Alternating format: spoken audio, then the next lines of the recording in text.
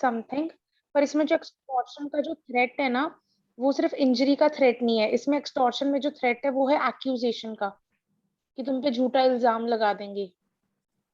और वो झूठा इल्जाम जो होगा वो कौन से ऑफेंसेस हो सकते हैं, जैसे कि डेथ, लाइफ इम्प्रिजनमेंट या इस तरह के offences. So whoever commits extortion by putting any person in fear of an accusation against the person or any other of having committed or attempted to commit any offense punishable with death or life imprisonment or with imprisonment of a term which may extend to 10 years, or of having attempted to induce any other person to commit such offense, shall be punished with imprisonment of either description for a term of 10 years. अब इसमें अगर जो offence है, इसमें ये है कि extortion उसने की है, थ्रेट किसका दिया कि तुम्हारे खिलाफ मैं इसकी एक्यूजेशन लगा दूंगा कि तुमने ऐसा ऑफेंस किया है जिसकी पनिशमेंट या तो डेथ है या लाइफ इम्प्रिजनमेंट है। ठीक है जी। सिविल लॉ मैम आप अपना माइक बंद करेंगे?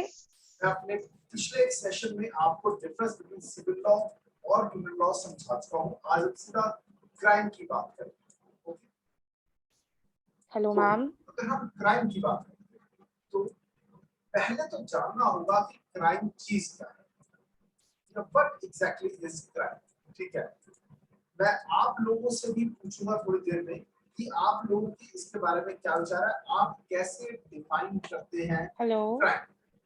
हर किसी की अपनी एक डेफिनेशन होती है, ठीक है, कि क्राइम कोई कैसे ले। हाँ, तो इसमें ये है कि एक्यूजेशन लगाई है ऐसे ऑफेंसेस की जो या तो पनिशेबल है विद डेथ, लाइफ इम्प्रिजनमेंट या 10 साल तक की पनिशमेंट है जिनकी, उनको आपने कमिट करने की कोशिश की या फिर आपने अटेम्प्ट किया है। इस तरह की एक्यूजेशन लगाता है इंसान ताकि तुम प्रॉपर्टी को डिलीवर कर दो उसे। Or of having attempted to induce any other person, and if the offense be of punishable under section 377 of this code may be punished with imprisonment for life। और अगर उसकी accusation 377 की है तो उसकी punishment है life imprisonment। जितनी ज्यादा accusations है उतनी punishment होती जाएगी। 389 putting any person in fear of accusation of offense in order to commit extortion, whoever in order to commit the offense of extortion puts or attempts to put any person in the fear of an accusation against the person or any other of having committed or attempted to commit an offense punishable with death or life or with imprisonment of a term। ये बिल्कुल same है 388 जैसा, बस इसमें ये है कि आपने fear में आप डाल रहे हो, अभी आपने डाला नहीं है for extortion, अभी आप सिर्फ उसे fear में डाल रहे हो, attempt कर रहे हो। जब आपने उसे fear में डाल के उसे प्रॉपर्टी ले ली तो 388 बन जाएगा। जब आप सिर्फ उसे fear में डालने की कोशिश कर रहे हो और डाल रहे हो, दिस इज 389। मतलब उससे पिछले वाला स्टेज, अभी ऑफेंस हुआ नहीं है, ऑफेंस की कंटिन्यूएंस में है कि ऑफेंस हो सकता है इसके बाद। ठीक है, और इसकी पनिशमेंट भी वही है 10 साल। और अगर 377 की पनिशमेंट की एक्यूजेशन होगी तो होगी इसकी पनिशमेंट लाइफ इम्प्रिजनमेंट। ये सेक्शंस में आते हैं। 390 इज इम्पोर्टेंट ऑफ रॉबरी। अब इसमें जो रॉबरी है उसको दो भाग में डिवाइड किया हुआ है बेसिकली, कि रॉबरी जब एक्यूजेशन वैसे होती क्या है कि उसको ऑफेंस करने के लिए बोलना? नहीं, झूठा इल्जाम लगाना, किसी ऑफेंस में फंसाना उसको। हाँ।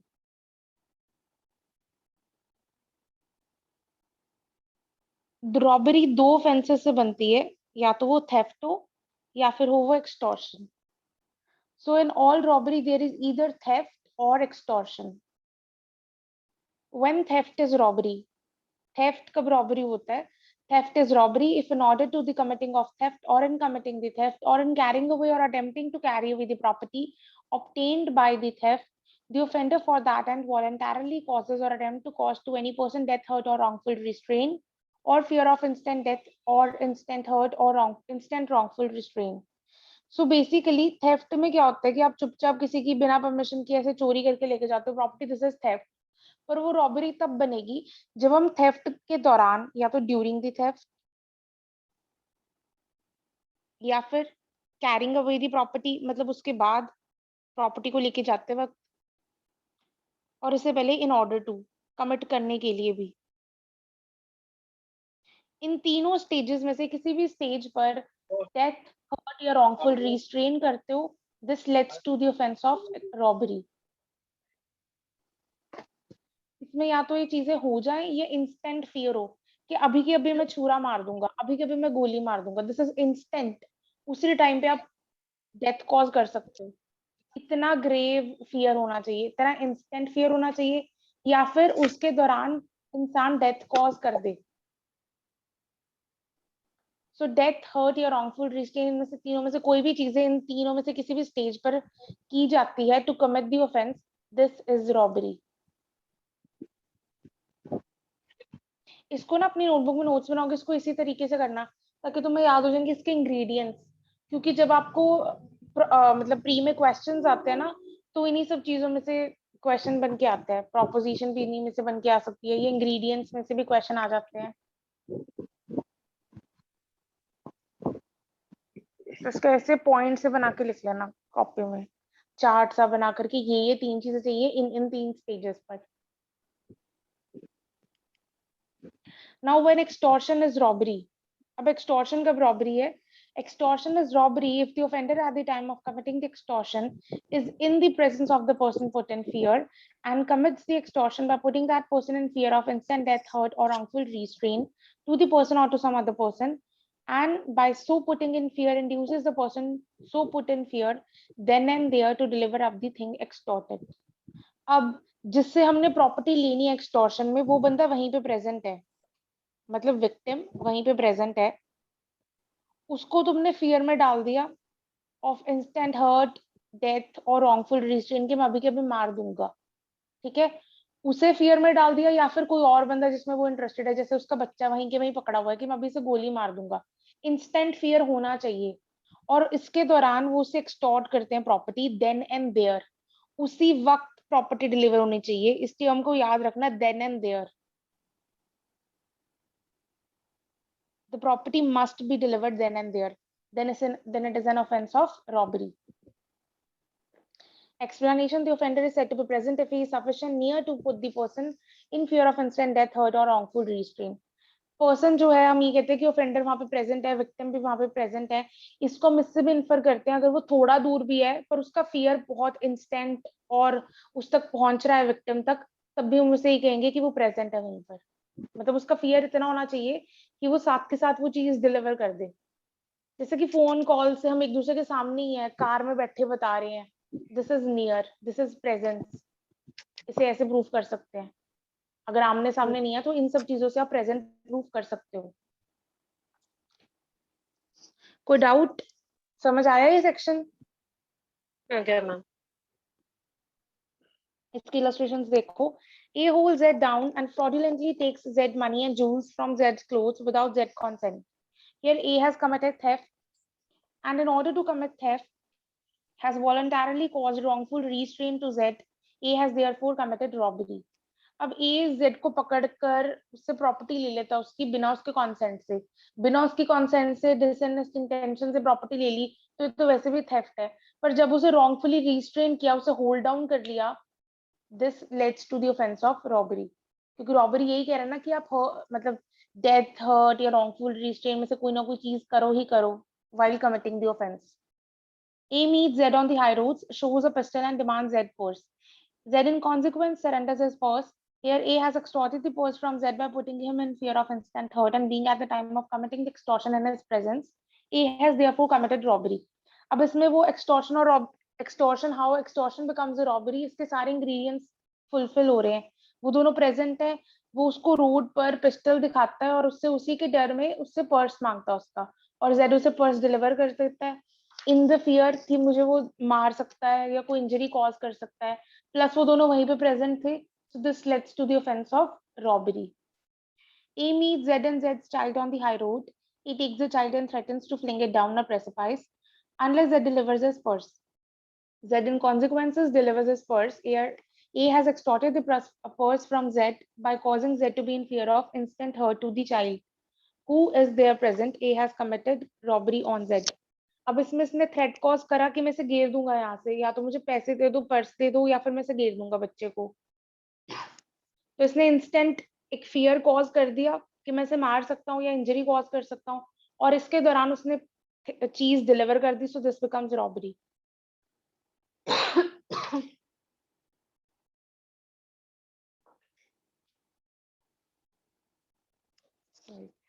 A obtains property from Z by saying your child is in the hands of my gang and will be put to death unless you send us 10,000 rupees.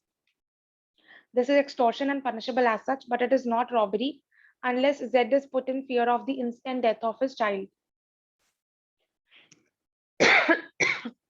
अब वो किसी इंसान को डराता है कि तुम्हारा बच्चा जो है हमारी गैंग के कब्जे में है, तुम पैसे भेज दो.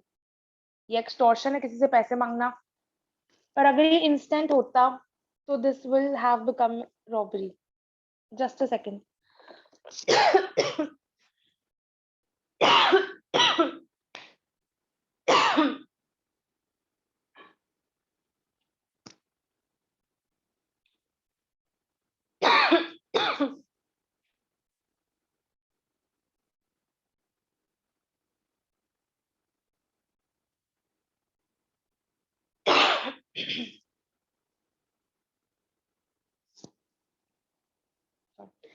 तो ये हमारे रॉबरी का था. इसके बाद आती है 391 डिकॉइटी. डिकॉइटी भी रॉबरी की तरह होता है, बस इसमें लोग बढ़ जाते हैं. So when 5 or more persons co-jointly commit or attempt to commit robbery, or where the whole number of persons co-jointly commit or attempt to commit a robbery and persons present and aiding such commission or attempt amount to 5 or more, every person so committing or attempting or aiding is said to commit dacoity. Now robbery becomes dacoity जब उसमें 5 या 5 से ज्यादा बंदे involve हो जाए. Robbery के सारे इंग्रेडिएंट्स प्लस 5 या उससे ज्यादा लोग इन्वॉल्व हो गए, दिस लेड्स टू dacoity. अब वो 5 बंदे जरूरी नहीं है कि वो पांचों के पांचों ऑफेंस ही कर रहे हैं. अगर किसी तरह से एड कर रहे हैं, हेल्प कर रहे हैं, वो सब भी इसमें गिने जाएंगे. मतलब कोई जाके सामान लेके आया, दूसरे लोग जाके डिकॉइटी रॉबरी करके आए, so this leads to dacoity. जरूरी नहीं है कि सारे के सारे बंदे मिलके ऑफेंस ही कर रहे हैं, किसी भी तरीके से जुड़े हुए हैं. So every person will be liable for dacoity. 392 is punishment for robbery. ये आपको याद रखनी है. डिकॉइटी और रॉबरी दोनों की पनिशमेंट याद रखनी है. Whoever commits robbery shall be punished with rigorous imprisonment of 10 years and fines, and if the robbery be committed on the highway between sunset and sunrise, imprisonment of 14 years. मतलब generally अगर कोई भी इंसान robbery commit करता है तो उसकी punishment है रिग्रेस इम्प्रिजनमेंट ऑफ 10 years. पर अगर वो हाईवे वगैरह पर शाम के टाइम पे, रात के टाइम पे करता है, मतलब आफ्टर सनसेट बिफोर सनराइज, इस दौरान, सो उसकी पनिशमेंट बढ़ जाएगी. 393 इज अटेम्प्ट टू. हाँ जी मैम, जैसे कि आपने 392 में बोला था एग्जांपल में कि कोई भी मतलब हार्बरिंग में भी तो जा सकते हैं ना मैम, वो लोग क्या हार्बर कर रहे हैं हार्बर होता रॉबरी है को. ऑफेंस खत्म करने के बाद, ऑफेंस होने के बाद. ये ऑफेंस के दौरान है, ये ऑफेंस से पहले है. हार्बर हमेशा ऑफेंस के बाद होता है. उन्हें कभी भी इसमें इंक्लूड नहीं करते. ठीक है. Okay. 393 is attempt to commit robbery. Whoever attempts to commit robbery shall be punished with rigorous imprisonment of 7 years and fine. 394 is voluntarily causing hurt in committing robbery. If any person in committing or in attempt to commit robbery voluntarily causes hurt, such person and any other person jointly concerned in committing or attempt to commit such robbery shall be punished with imprisonment for life or with rigorous imprisonment for a term which may extend to 10 years and shall be liable to fine. अगर कोई इंसान voluntarily hurt cause कर देता है robbery commit करते हुए तो उसकी पनिशमेंट और बढ़ जाएगी. और इसमें जितने भी लोग हैं वो जॉइंटली कंसर्न्ड हैं, वो भी सब पनिश किए जाएंगे. इसकी इम्प्रिजनमेंट है लाइफ या फिर rigorous imprisonment of 10 years and fine. 395 is punishment for dacoity. Pre के लिए इंपॉर्टेंट है. whoever commits डिकॉइटी उसकी पनिशमेंट है लाइफ इम्प्रिजनमेंट या फिर rigorous imprisonment for a term of 10 years and fine. 396 is dacoity with murder. If any one of 5 or more persons who are co-jointly committing dacoity commits murder in so committing dacoity, every one of those persons shall be punished with death or life or rigorous imprisonment of 10 years and fine. तो अगर dacoity के साथ murder cause कर देते हैं, कोई भी इंसान cause कर देता है, तो वो सबके सब इसमें involved हैं, तो सबकी punishment यही होगी, death, life या rigorous imprisonment of 10 years. को-जॉइंटली था, सब मिले हुए थे, तो सबकी पनिशमेंट है. 397 is robbery or dacoity with attempt to cause death or grievous hurt. If at the time of committing robbery or dacoity the offender uses any deadly weapon or causes grievous hurt to any person or attempts to cause death or grievous hurt to any person, the imprisonment with which such offender shall be punished shall not be less than 7 years. अगर commit करते वक्त कोई use करता है ऐसा weapon जिससे grievous hurt या death मतलब कॉज हो सकती है, डेथ हो जाए या ग्रीवियस हर्ट हो जाए, अटेम्प्ट करे या कॉज कर दे तो उसकी पनिशमेंट 7 साल से कम नहीं होगी, मतलब 7 साल की पनिशमेंट हो सकती है। 398 attempt to commit robbery or dacoity when armed with deadly weapon. If at the time of attempting to commit robbery or dacoity the offender is armed with deadly weapon, this is imprisoned with 7 years. उसने offence नहीं commit किया है, उसके पास सिर्फ weapons है, वो करने जा रहा है, अभी उसने ऑफेंस कमिट भी नहीं किया है, स्टिल ही इज लायबल, क्योंकि रॉबरी और डिकॉइटी को बहुत ज्यादा ग्रेव ऑफेंस मानते हैं, इसलिए इसकी प्रिपरेशन, अटेम्प्ट सब कुछ पनिश किया गया है। इसका प्रिपरेशन का भी सेक्शन है, इससे अगला ये वो इंपॉर्टेंट है प्रीलिम्स के लिए, क्योंकि किसी की प्रिपरेशन ऐसे पनिशेबल नहीं है। या तो सेडिशन वगैरह में जाओगे वहां पर थोड़ा बहुत करेंगे, या फिर सिर्फ ये है। So making preparation to commit dacoity, whoever makes any preparation for committing dacoity shall be punished with rigorous imprisonment of 10 years and fine. तो अगर कोई प्रिपरेशन भी करता है तो he is liable for 10 years and fine. 400 punishment for belonging to gang of dacoits. Whoever at any time after the passing of act shall belong to a gang of persons associated with the persons of purpose of habitually committing dacoity shall be punished with life imprisonment or rigorous imprisonment of 10 years and fine. अगर सिर्फ gang को belong करता है ना इंसान after this act, dacoity जो commit करते हैं उनकी गैंग को बिलोंग करता है, तो भी वो इंसान पनिश किया गया है विद लाइफ और रिगरस इम्प्रिजनमेंट ऑफ 10 years. ऐसा एक और सेक्शन है जो हमने पहले करा है, याद है, ठग से रिलेटेड था। 310 राइट, वो भी इसी से डील करता है, इसी तरह की चीज है। 401 punishment for belonging to gang of thieves. Whoever at any time after the passing of this act shall belong to any wandering or other gang of persons associated for the purpose of habitually committing theft or robbery and not being a gang of thugs or dacoits shall be punished with rigorous imprisonment of 7 years and fine. तो अगर सिर्फ thief और robbery जो commit करते हैं उनकी gang को belong करता है तो उसकी पनिशमेंट है 7 years रिगरस इम्प्रिजनमेंट। ठग और डिकॉइट नहीं करे क्योंकि उनके ऑलरेडी हमारे पास स्पेसिफिक सेक्शंस हैं। 402 is assembling for the purpose of committing dacoity.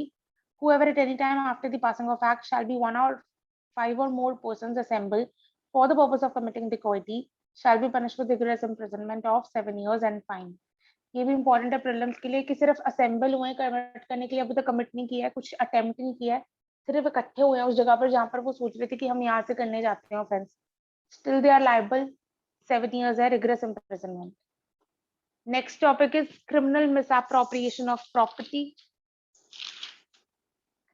403 इसके illustrations important है, इस section से question आ जाते हैं। Dishonest misappropriation. Whoever dishonestly misappropriates or converts to his own use any movable property shall be punished with imprisonment of either description, that is 2 years, or fine, or both.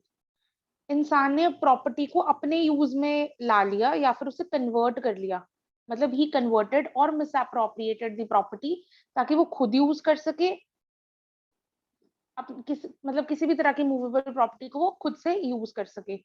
और इसमें dishonest intention है, जैसे कि हमने पहले भी करा था थेफ्ट में। इसके बस ये एलिमेंट्स याद रखना। He takes property belonging to Z out of Z's possession and good faith, believing at the time when he takes it that the property belongs to himself. A is not guilty of theft, but if A, after discovering his mistake, dishonestly appropriates the property to his own use, he is guilty of an offense under this section. अब जब उसने property उठाई तो उसे ये नहीं पता था कि ये Z की प्रॉपर्टी, उसे लगा ये मेरी प्रॉपर्टी है, वो लेके चला गया। पर जब उसे पता लगा कि ये Z की प्रॉपर्टी है तब उसने वापस नहीं किया, स्टिल उसे यूज कर लिया। So this is criminal misappropriation of property. उसका पहला इंटेंशन कोई डिसऑनेस्ट नहीं था, बाद में ही develops the dishonest intention. This is a difference between theft and dishonest misappropriation. Theft में शुरू का इंटेंशन ही डिसऑनेस्ट है, इसमें इंसान का जो डिसऑनेस्ट इंटेंशन है वो बाद में बनता है। A, being on friendly terms with Z, goes into Z's library in Z's absence and takes away a book without Z express consent. Here, if A was under the impression that he had Z's implied consent to take the book for the purpose of reading, A has not committed theft. But if A afterwards sells a book for his own benefit, he is guilty of an offense under this section. अब A और Z एक दूसरे के घर आते जाते रहते हैं, तो अगर वो उसके घर से बुक उठा के ले आया फॉर रीडिंग पर्पस तो उसकी कोई लायबिलिटी नहीं है, क्योंकि वो चोरी तो करी नहीं उसने। बट अगर वो बाद में जाकर उसे बेच देता है अपनी यूज के लिए, उसे कुछ भी कर लेता है, सो this is dishonest misappropriation. A and B being joint owners of a horse, A takes a horse out of B's possession intending to use it. Here A has right to use a horse. He does not dishonestly misappropriates it. But if A sells the horse and appropriates the whole proceeds to his own use, he is guilty of an offense. अब एक घोड़े को दो जाने, मतलब दो जाने उसके ओनर्स हैं, को ओनर्स हैं, और उनमें से एक बंदा उसे यूज कर सकता है बिकॉज दोनों की इस पे राइट है.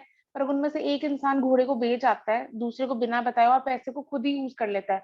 सो this is dishonest misappropriation. Explanation 1. A dishonest misappropriation for a time only is a misappropriation within the meaning of this section. मतलब अगर एक specific time के लिए या temporary भी है ना, still it is an offense. अगर थोड़े टाइम के लिए इंसान का dishonest intention बनता है तो भी he is liable. See, A finds a government promissory note belonging to Z bearing a blank endorsement. He, knowing that the note belonged to Z, pledges it with the bank as a security for a loan intending at a future time to restore it to Z. A has committed an offense under this section. अब A को एक check या promissory note मिलता है Z के नाम का, blank होता है, ठीक है, तो वो अपने नाम उसमें फिल करके खुद इन कैश करा लेता है और सोचता है कि यार मैं बाद में इसे पैसे दे दूंगा, कोई बात नहीं, मुझे ये तो पता ही है किसका चेक है, ये किसका प्रॉमिसरी नोट है, मैं बाद में से पैसे दे दूंगा, अभी मुझे जरूरत है, मैं यूज कर लेता हूँ. सो दिस इज डिसऑनेस्ट मिसअप्रोप्रिएशन. चाहे वो ये सोच रहा है कि चल मैं बाद में पैसे वापस कर दूंगा, still it is an offence. अभी तो उसने कर दिया ना ऑफेंस, तो वो इससे बच नहीं सकता ये कह के कि मैंने सोचा था मैं बाद में वापस कर दूंगा यूज करके. Still it is an offence. Explanation 2. ये सारे important है इसके explanations और illustrations. A person who finds property not in the possession of any other person and takes such property for the purpose of protecting it or for restoring it to the owner does not take or misappropriate it dishonestly and is not guilty of an offense, but he is guilty of the offense above defined if he appropriates to his own use when he knows or has the means of discovering the owner, or before he has used reasonable means to discover and give notice to the owner and has kept the property a reasonable time to enable the owner to claim it. Now अगर आपको रास्ते में किसी को भी इंसान को property मिल जाए, अब हमें नहीं पता ये किसकी प्रॉपर्टी है, आपने उठा ली ये सोच के चल मैं ढूंढने की कोशिश करता हूँ कौन इसका ओनर है, इसे बचा लेता हूँ, खराब हो जाएगी चीज, किसी का कुछ इंपॉर्टेंट सामान हो सकता है, मैं उठा लेता हूँ, मैं वापस कर दूंगा, मतलब मैं ढूंढूंगा ओनर कौन है, या मैं पुलिस के पास कंप्लेन कराता हूँ कि मुझे कोई लॉस एंड फाउंड एक चीज मिली है. सो दिस इज नॉट थेफ्ट या कोई ऑफेंस नहीं बनता. पर अगर वो इंसान उठाने के बाद ये सोचता है कि मैं ही यूज कर लेता हूँ या वो ओनर को ढूंढने की कोशिश ही नहीं करता, सो this is misappropriation. What are the reasonable means or what is a reasonable time in such a case? It is a question of fact कि क्या उसने reasonable means कौन से लगाए, कितनी उसने मतलब ट्राई की ओनर को ढूंढने की, क्या कुछ किया उसने, या रीजनेबल टाइम मतलब उसने कितनी देर वेट किया कि मुझे ओनर मिल सकता है, मैं इस प्रॉपर्टी को प्रिजर्व कर लूं. ये सब हमेशा फैक्ट्स पर डिपेंड करेंगे. This is a question of fact. It is not necessary that the finder should know who is the owner of the property or that any particular person is the owner. It is sufficient at the time of appropriating it, he does not believe it to be his own property or in good faith believe that the real owner cannot be found. जरूरी नहीं है जो आपको रास्ते में property मिला आपको पता हो कि उसका ओनर कौन है. ये सफिशिएंट है कि आपको ये पता है ये प्रॉपर्टी मेरी नहीं है किसी की प्रॉपर्टी है. This is sufficient enough to cause it कि ये प्रॉपर्टी किसी और की है. अगर अब उसे इंसान यूज करता है, so this will be an offense of misappropriation. A finds a rupee on the high road, not knowing to whom the rupee belongs. A picks up the rupee. Here, A has not committed the offense. A को एक रुपी मिला road पर, उसने वो उठा लिया, उसका कोई डिसऑनेस्ट इंटेंशन नहीं, उसने सिर्फ उठाया है, इसके बाद का इसका कुछ नहीं दिया हुआ. इन केस अगर होता कि उसने बाद में यूज कर लिया, सो दिस इज मिसअप्रोप्रिएशन. उसने यूज नहीं किया, उसने ढूंढा, सो ये मिसअप्रोप्रिएशन नहीं है. तो ऐसे जो बनता जो फैक्ट्स होंगे उस हिसाब से ये डिसाइड हो जाएगा. He finds a letter on the road containing a banknote from the direction and contents. He learns to whom the note belongs. He appropriates the note. He is guilty of an offense. एक को एक letter मिला जिसमें एक check था, ठीक है, अब उसमें नाम नूम लिखा हुआ था तो वो आराम से जा सकता था कि किसका चेक है, ये किसका नोट है, ये बैंक नोट है, पर वो उसे किसी को ना देके खुद यूज कर लेता है, तो ये मिसअप्रोप्रिएशन का केस है. He finds a check payable to bearer. He can form no conjecture as to the person who has lost the check, but the name of the person who has drawn the check appears. He knows that this person can direct him to the person in whose favor the check was drawn. He appropriates the check without attempting to discover the owner. He is guilty of an offense. अब उसे एक check मिला जिसको check draw किया है जिसके favour में, उसका नाम नहीं लिखा हुआ, पर जिसने ड्रॉ किया उसका नाम तो लिखा है, क्योंकि वो नीचे साइन करके ही देगा। अब उसे ये तो पता लग सकता है ना कि चेक किसका है, तो वो उसके पास जाके पता कर सकता था कि किसके आपने चेक दिया था जिसका चेक ये गिर गया है, पर वो ऐसा कुछ नहीं करता और खुद ही उस चेक को यूज कर लेता है, तो ही is liable for this section. A sees Z drop his purse with money in it. He picks up the purse with the intention of restoring it to Z, but afterwards appropriates to his own use. A has committed the offense. अब A को एक purse मिलता है Z का, वो दिख जाता है कि Z का पर्स गिर गया है। अब वो उसे देने की इच्छा से उठाता है कि मुझे वापस कर देता, उसका पर्स गिर गया, पर वो खुद से यूज कर लेता है, तो this is an offence of misappropriation. A finds a purse with money not knowing to whom it belongs. He afterwards discovers that it belongs to Z and appropriates to his own use. A is guilty of an offense. एक को एक purse मिलता है, उसमें उसे ये नहीं पता होता किसका पर्स है, पर उसमें से कोई आईडी कार्ड या प्रूफ से पता लग जाता है कि किसका पर्स है। स्टिल अगर वो उसे डिलीवर नहीं करता, खुद यूज कर लेता है, तो ही is liable for misappropriation. A finds a valuable ring not knowing to whom it belongs. A sells it immediately without attempting to discover the owner. A is guilty of an offense under this section. ए को एक valuable ring मिलती है जो कि उसे नहीं पता कि किसको बिलोंग करती है, उसको साथ के साथ बेच देता है without attempting to discover the owner. A is guilty of this offence. ये वैसे गलत है इलस्ट्रेशन, क्योंकि इसका इनिशियल इंटेंशन दिखाया ही नहीं इन्होंने। उन्होंने साफ साफ कहा है कि इमीडिएटली वो बेच देता है, उसे मिसअप्रोप्रिएशन नहीं लिखना चाहिए। तो मैम डिसऑनेस्टली हुआ ना कि बंदा रिटर्न ही नहीं करना चाहता, वरना उसने ट्राई भी नहीं किया। हाँ, तो फिर ये तो मिसअप्रोप्रिएशन नहीं हुआ, क्योंकि मिसअप्रोप्रिएशन का इंटेंशन शुरू से नहीं बनता, बाद में बनता है, इसे थेफ्ट कह सकते हैं।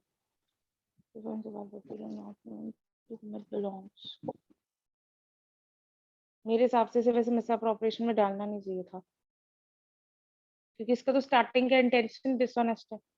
ये साफ साफ लिखा है, A sells it immediately without attempting to discover. उसने किसी तरह की कोशिश ही नहीं की। चलो कोशिश तो वैसे भी ना करता, पर इन्होंने साफ साफ लिख दिया ए सेल्स इट इमीडिएटली। हाँ, बाद में नहीं बना इंटेंशन, पहले से ही है। हाँ, तो ये इसका नहीं थेफ्ट तो बनता।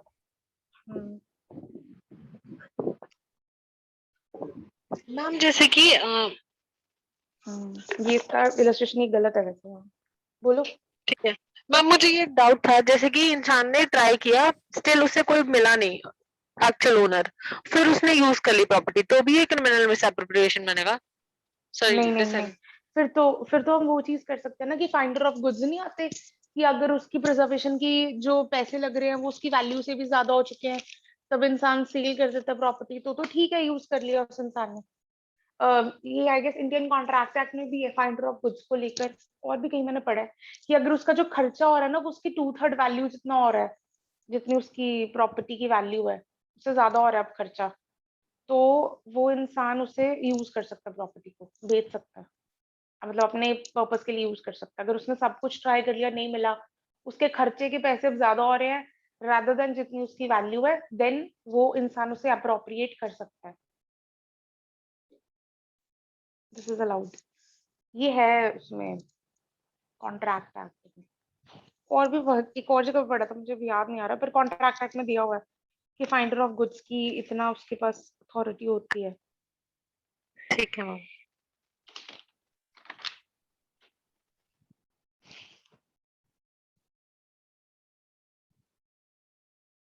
Then 404, dishonest misappropriation of property possessed by deceased person at the time of his death. ये important है prelims के लिए। इसमें जो प्रॉपर्टी चुरा रहा है वो डेड बॉडी से चुरा रहा है, मतलब जो मर गया इंसान।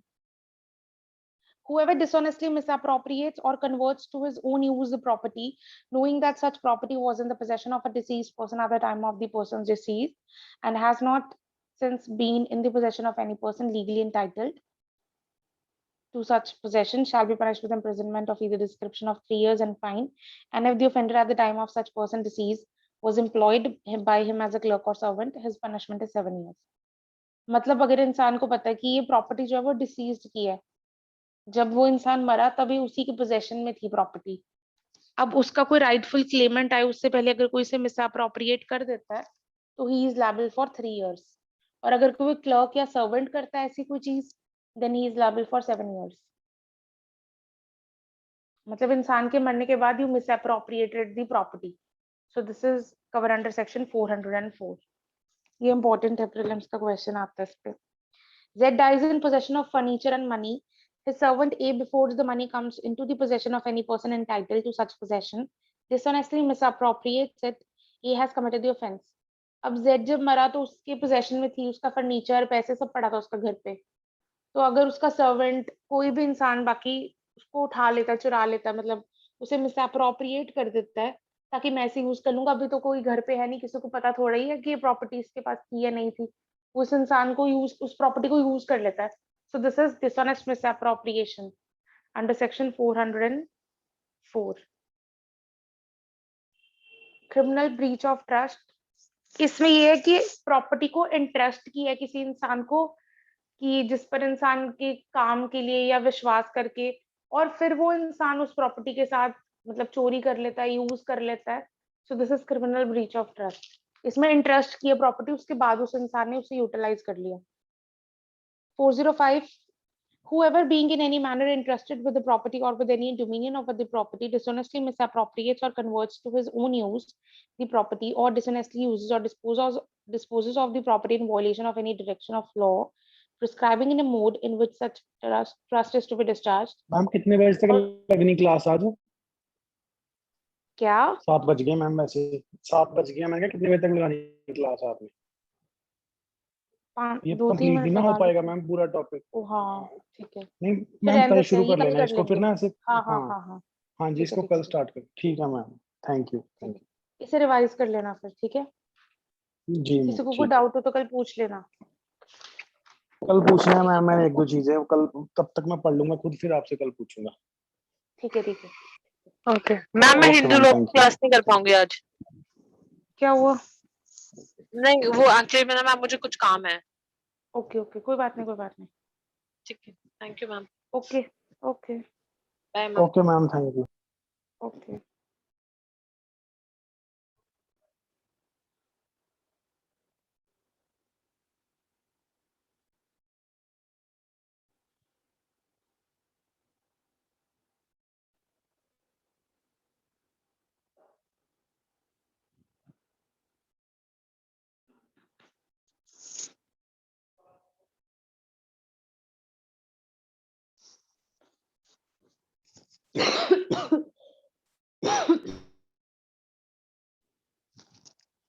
तो आज हमारा ये खत्म हो गया, misappropriation. Next class will discuss criminal breach of trust. Okay.